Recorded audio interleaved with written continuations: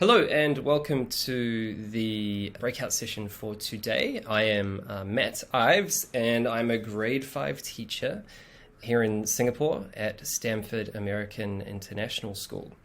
So the topic we're going to be looking into today is infographic comprehension and creation, looking at some of the different ways different ATLs are activated in this process.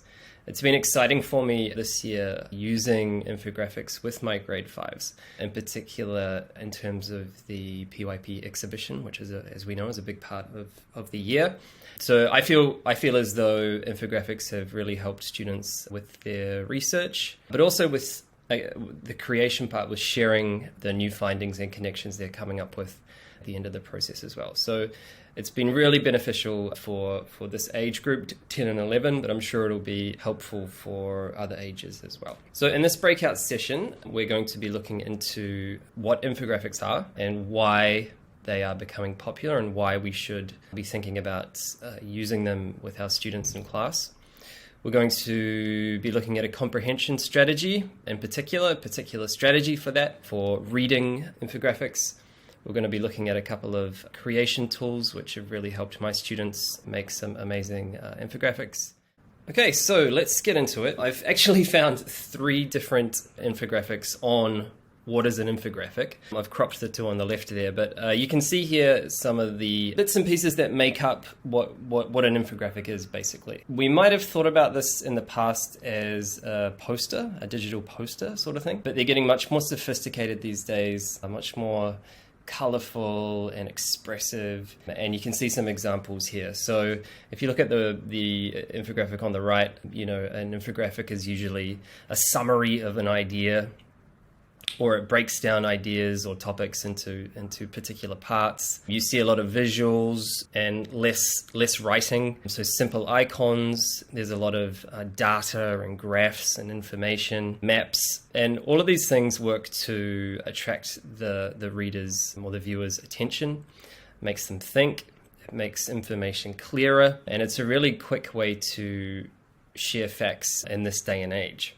So a successful infographic is something that is clear, it's colorful, it's visual, it's interesting, and you can easily, the viewer can easily see the key data and trends and insights without trawling through a gigantic, big, long Wikipedia article.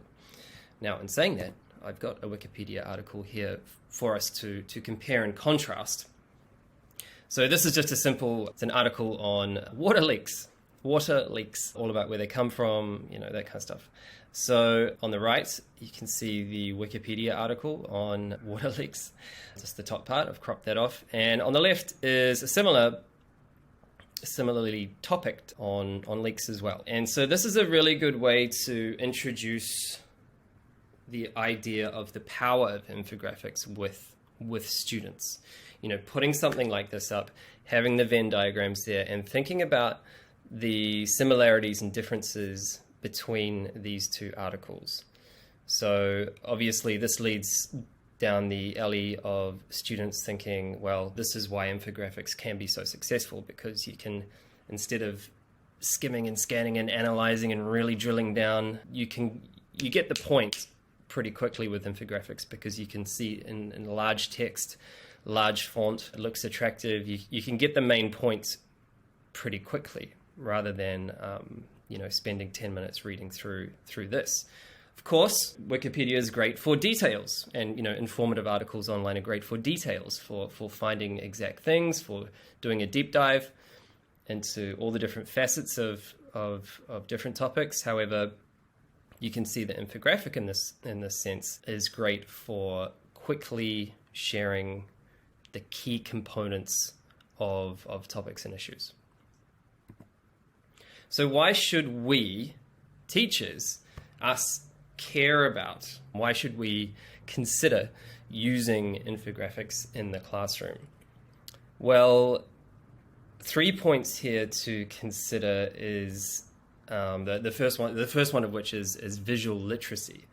So the world is increasingly filled with images, I don't have the statistics with me, but just since the rise of the internet, the young people in our classrooms are faced with more and more and more and more visuals coming at them every day, and less of the written text forms. So helping students to make sense of the visuals they see around them is increasingly important, and especially, in terms of advertising and that kind of thing, where the potential for students to be coerced or, almost tricked into believing something kind of subconsciously almost.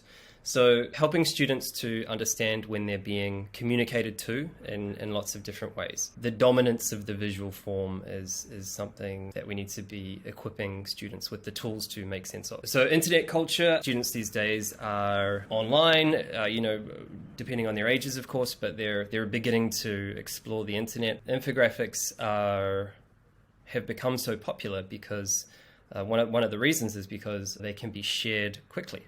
It's just an image file, and then the sharing can happen on social media sites or different websites, so you're posting on some of the different forums online or that kind of thing, and the infographics are big and in your face, and they're being shared that way. Joining with kids on that journey, where we're not saying, internet culture is not important, or we're not putting it to the side, or saying, we should get all our information from certain places. We're acknowledging that they're in these spaces, and we're giving them the tools to thrive in those online places. And this, of course, all ties up in phrase. I've heard this one before. We should be preparing students for their future, not our present or past. So the idea that, when I was growing up, there wasn't much internet. We relied mainly on physical books, and I remember having a big whopping encyclopedia I need to search through.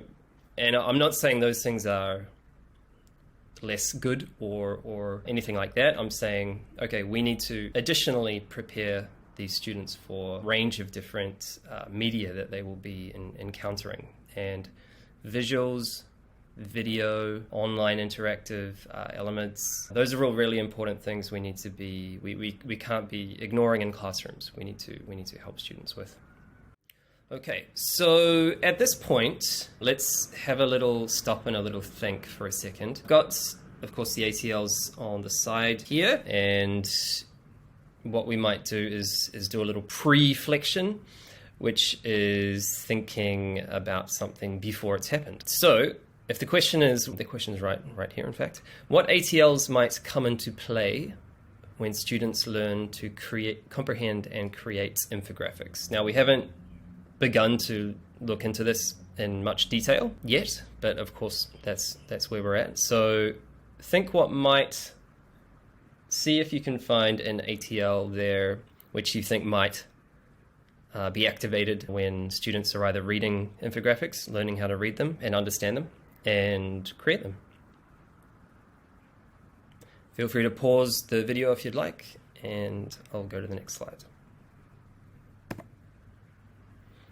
Okay, so cracking into some of the comprehension side of infographics. So this is what I talk about when I talk about reading an infographic. There's a great strategy here, which I've used with students a lot this year, and I'll show you some examples coming up. And this is called the SCD strategy of comprehending infographics. Now, I found this online from someone called Shaylin Farnsworth. So shout out to Shaylin Farnsworth for putting this out there. And the three elements of this that we need to understand: the S is structure, the C is content, and the D is design. So these are three elements of infographics that are waiting there, ready for us to read. We can break apart infographics into these three different categories, analyze an infographic under these three different categories, and then kind of wrap it all up together at the end so we have a really good understanding of what the infographic is, who it's been made by, the structure of it, the author or designer has made. And so yeah, so I'll show you each. We'll start with structure, and we'll go from there. So I've got an example infographic on the right, the state of the world's forests in 2016. But if we were to look at this infographic in terms of structure, this is some of the questions we might be asking or some of the information we might be searching for.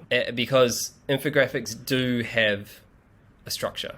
Some are more defined, sure. However, you're usually able to take a little bit of information from infographics by thinking about its structure. So here is it with the little checkbox, the guiding questions above me. So these are the kinds of things you'd need to be thinking about when you're looking at structure. Is it chronological from top to bottom? Or is it more like a cause and effect structure? Is the infographic organized in a certain way? Is it about, is it more about a certain person, or is it an event that happens or will happen, or is it a product, and who is the creator of the infographic, who is the author, and what effect might that have on the message being told? What claims do they use? What information and data do they use to back up their statements? Those kind of questions. So if you look over here on the right, you can see the state of the world's forests. It looks like there are sort of three main sort of sections here, and it's filled with various information, graphs, and data to support the idea forests are being challenged due to the global demand for agriculture. It kind of outlines the problem at the top, where it's happening, some things we can do to take action because of that. So that's the kind of sequence of information. It guides you through the problem and then shows you some potential avenues of solving the problem. Content is the next part of the SCD strategy.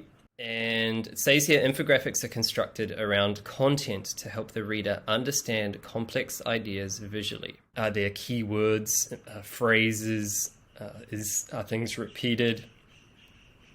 What kind of chunks is the content broken up into? Is there a central claim or something that the author is stating and then backing up with different kinds of evidence? Are there citations? Where did they get this information from?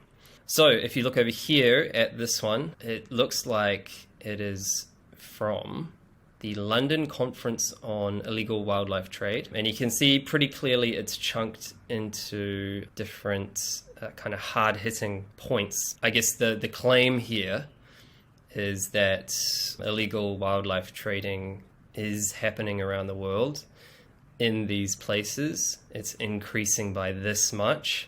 If you see the top there, it's actually doubled since 2007. So that would be, you can see the colors have kind of grouped it into sections as well. So that would be the top part, the middle part, the UK. Okay, so they want to talk more about it, and then these are the ways that we can be fighting the illegal wildlife trade. The good thing about this one, and the reason I chose this one, is that if you look, this one actually has footnotes for the information in it. So you can go and check the information.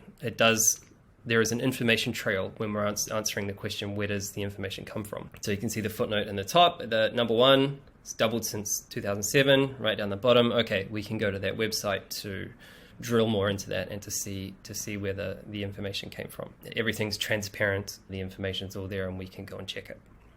So that would be an example of looking into the content of an infographic. And if we go on to design, this is typically the more kind of fun one that the students love kind of looking into and making connections. So this is the design elements and making students aware of design principles at play here. So things you would be looking at under guiding questions, the typography, how are they making words stand out, jump out. Fun one, and it's probably the easiest one to grasp for younger kids, is the colors. So how are colors used? And how do colors relate to the content or topic? That's a fun one. How is the pacing, alignment, and white space used to focus attention in different areas? And the use of icons and images as well as text, the interplay between those two is interesting as well. So we actually explored this one with the grade 5 class the other day, and we noticed that the colors, so this is by Taco Bell, it's how many tacos have sold around the world, or this particular type of taco. And we noticed at the top that the colors of the taco, the orange, the red, the green, are used throughout the infographic. That's one thing we noticed. We noticed that the white on black, the contrast there between black on white background, or white on black background, and how that kind of helped us to separate it out. We noticed the little lines separating some of the stuff, and the different sections. So we noticed, that's right, how some of the bigger text, the text font is larger and smaller in different areas, indicating possibly the more important information, or I guess what Taco Bell thinks is important for us to know or be impressed about the selling of these tacos. Moving on, this is how I have ran through the had students interact with the SCD strategy with my own class. Now, this is called a cross-comparison chart, and really helps the kids learn to make connections between different kind of topics or case studies. So across the top, I've got 5 different infographics, which I printed off in the classroom and put around the classroom. And down the left-hand side are some different things that we're going to be taking notes on for each of the infographics. You can see the SCD, Structure, Content, Design, are the 3 middle ones, and then I put a few bonus ones at the top and bottom. Who is the creator of this infographic? And down the bottom, we were doing a unit on the 4 spheres of the world, of the Earth, and Sustainable Development Goals, the UN ones. So just a little bonus one down there. So students explored as a whole class one infographic, and they got to know the SCD strategy.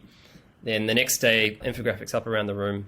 They had clipboards with each printed out one of these cross-comparison charts, and they went around and took notes and explored in pairs or threes, or however they wanted to. They read the different infographics around the room and took notes on them. So you can see here just a couple of snaps from class. Printed some off, you can see in the first 2 photos, and then I had the infographics in a Google folder as well, which some of the kids preferred to use their iPads to access them. So this was a really good way of letting them, really drill into a range of different infographics to see high quality infographics, ones that I'd chosen for them. Of course, I had chosen infographics which were linked to their current inquiry.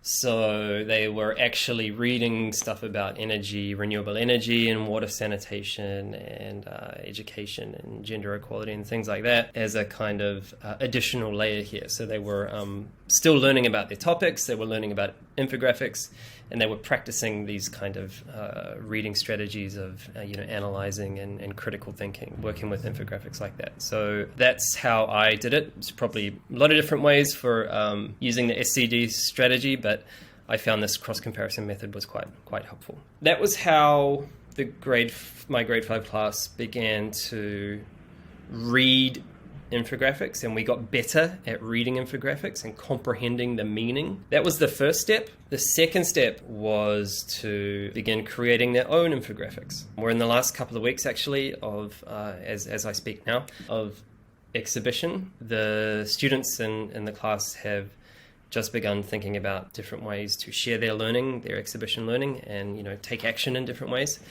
And creating infographics was what a lot of them chose as a way to do that.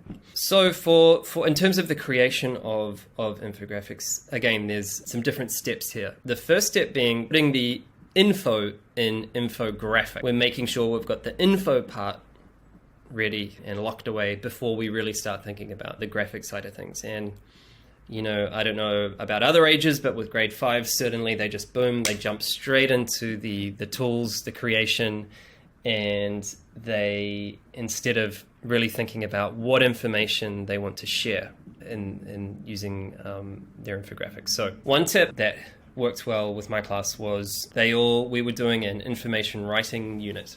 We took a number of days, of weeks to work through the research of that and the writing of these information pieces, 5 or 6 different paragraphs explaining different aspects of the spheres of the world. And so they already had these completed pieces of writing they could pull their information from, their data from, their messages from, for their infographics.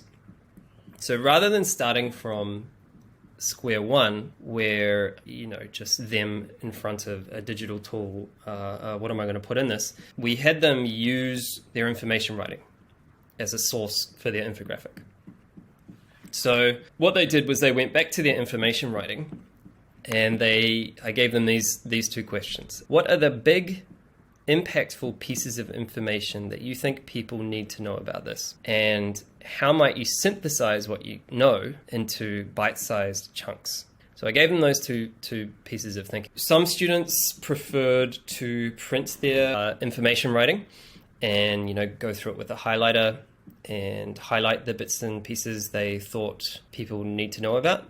Others preferred to use their digital copy on Google Classroom and they did exactly the same thing, go through and highlight the big important parts of what they felt needed to be communicated. So this was kind of the start of the creation phase for us. This is what I mean when I say putting the info in infographic, is finding that information that they want to publish first. So once they'd done that and they'd located what they needed to, what they felt was important information, then we put the graphic in Infographic. So then at this point, it's all right, let's talk about how it might look in terms of structure and design. And one particular piece of the puzzle here is the introduction of this CARP design and visual kind of key points that you need to know for designing really good designs. So again, key questions that I was asking the students at this point is how might the color choices that you choose reflect the topic and kind of support the topic? And also, how do you structure an infographic so it flows logically? Whether that be cause and effect or step 1, step 2, step 3, step 4. You can't just kind of throw randomness all over the screen and expect it to be understood well. I'll show you what I mean first by the CARP protocol. So this is CARP here, and CARP stands for C for contrast, A for alignment, R for repetition, and P for proximity. Full crediting to Stephanie Thompson, who originally came up with this visual here. This was very, very, very helpful for the students, because I found the very first time they made infographics, and the information was good because we'd been working on that, but as soon as they began designing, my grade 5 class, it was a bit of an eyesore, to say it bluntly. Some of the students had overlapping text, these horrendous colors that made my eyes hurt, and things all over the place, and it didn't flow properly. But when we really started drilling down into this CARP, these key points here, then they began to see, okay, I need to spread things out a bit more. I need to be careful of colors. I need to have a theme. This font needs to match that font. It helped them to design infographics much better. We also, just before they got started on designing the graphic part, we also came up with a co-constructed success criteria list. So we looked back at all of the different infographics we'd been analyzing, looking at all the time, and we thought, okay, what are the things that make these infographics excellent? And all the students generated a bunch of ideas individually and then in groups, and then we shared them all back together. And as they all shared these exact ones here, and I just wrote them down, and then we had a really good list of what they need to focus on when they're creating their own infographics. So I would suggest co-constructing success criteria so everyone's on the same page and the expectations are clear and everyone knows kind of what they need to do in order to be successful. So onto the digital tools aspect of the infographic creation process. There's a lot out there, but these days there are some particularly great online free resources that teachers can tap into to suggest to students. I introduced students to these two, Canva and the Noun Project, and they loved them. They found them easy and helpful, and I'll show you a little bit soon about the interface of those and how they work. There are other options, of course. There's the keynotes and the et cetera, et cetera. However, my class seem to love these ones the best, and I think they worked really well. So I'm going to switch over to the browser view here and show you a little bit about Canva first, and then run through the Noun Project website as well. Okay, so I've brought up here the homepage of Canva, and this is accessible at canva.com or on the different iPads or other tablets out there. That's available on lots of different devices and platforms. You can see here it's got Infographic as an option, and I'll show you that soon. But Canva is good for a range of different things like collages, graphs, book covers, mind maps, anything visual that you're creating. Planners. It's just an amazing repository of templates for building these things, and then exporting them and saving them. So at this point, I want to say it is free for K-12 teachers, which is amazing. It's an amazing resource. And it's similar to a lot of online teacherly tools in that you create an account and then you can create a class. So you can see my classes up here and invite the students, and then you can share things with them. You can have access to all their creations. You can give them assignments. So really helpful for organization in terms of classroom workflow. And one other thing when I'm still on this page I want to let you know is that it has a really handy Learn feature in here. The Canva Learn stuff is a series of tutorials for learning how to use Canva. And right at the start of the year, I set the students, I think it was this one, getting started with Canva.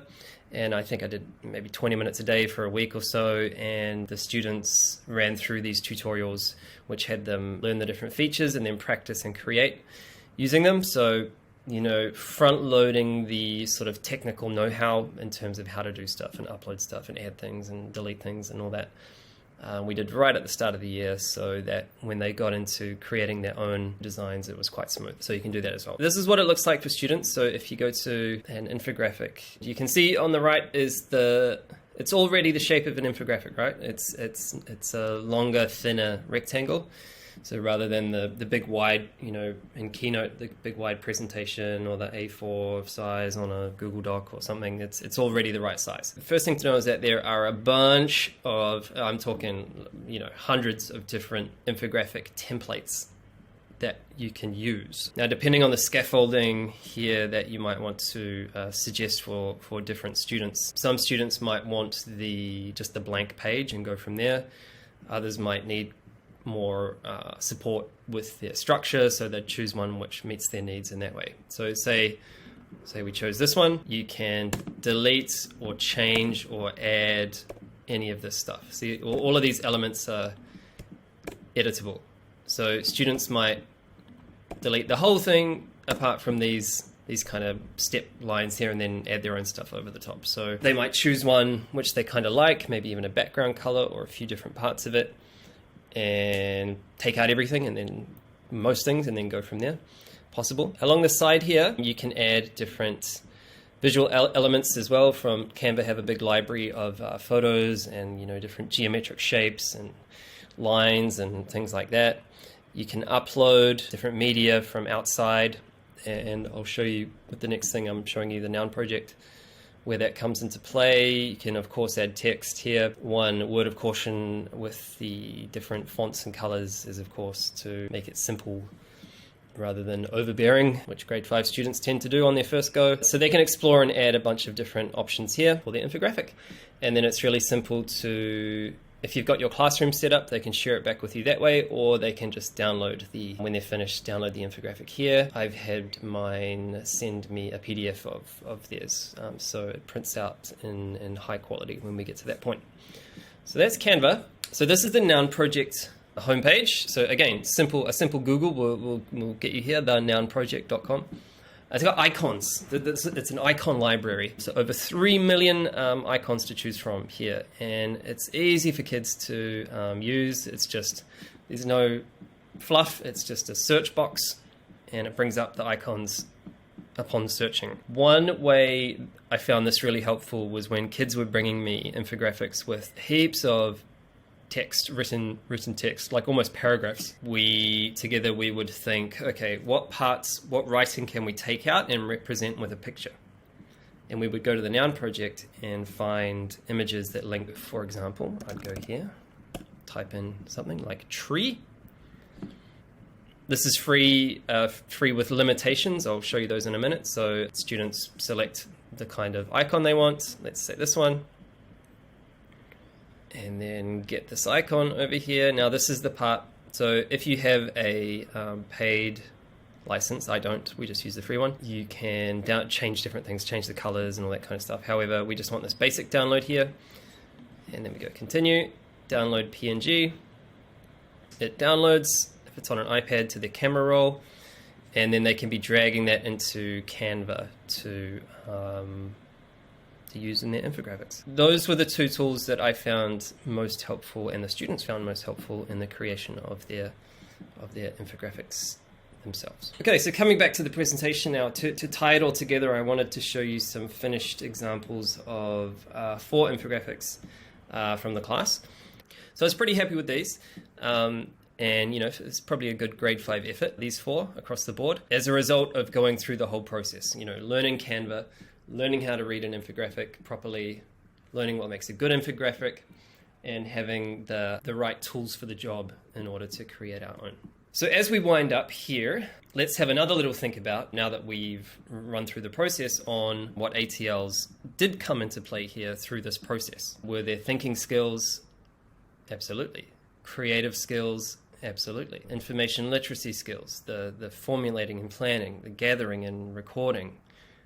Absolutely. Synthesizing and interpreting, creating, ethical use, the sources, which was the citations, going down into communication, obviously reading, writing, media representation, informed choices, social skills. There were a lot of people, you know, helping each other, giving feedback for each other, the perseverance involved in going through the whole process and being proud of what they came up with at the end, you know, setting a goal and making the goal. So a range of different ATLs right from the start, right to the end, being activated here when you go through this process of comprehension to creation of infographics. Okay, so just a little summary of what we've run through today in this session. Key points here. Teach students to read infographics before they create them, and the SCD strategy can be helpful with this. Have students explore a range of different types of infographics and styles. There's a bunch online, use them in class. A cross-comparison chart is a great way to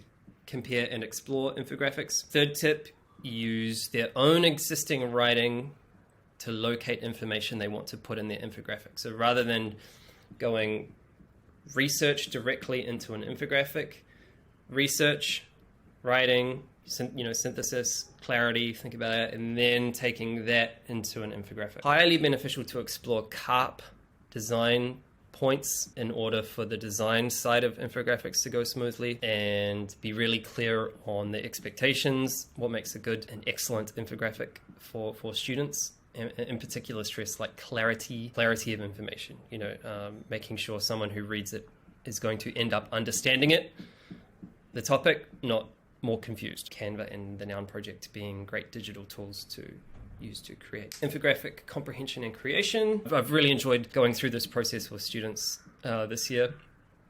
They really latch onto it, and I think they got a lot out of it. Infographics are just the start. I think there's a range of different media forms out there that we can learn to read, and there's tools out there to enable us to create our own varied communications. And I think this is a good stepping stone into a world for our students where they are being empowered to understand the world and to add to the world in terms of their own messages. So thank you very much for tuning in today. Please drop me a line on, probably I'm best contacted on Twitter if you'd like to discuss this anymore, and hope you enjoyed it. Thanks a lot.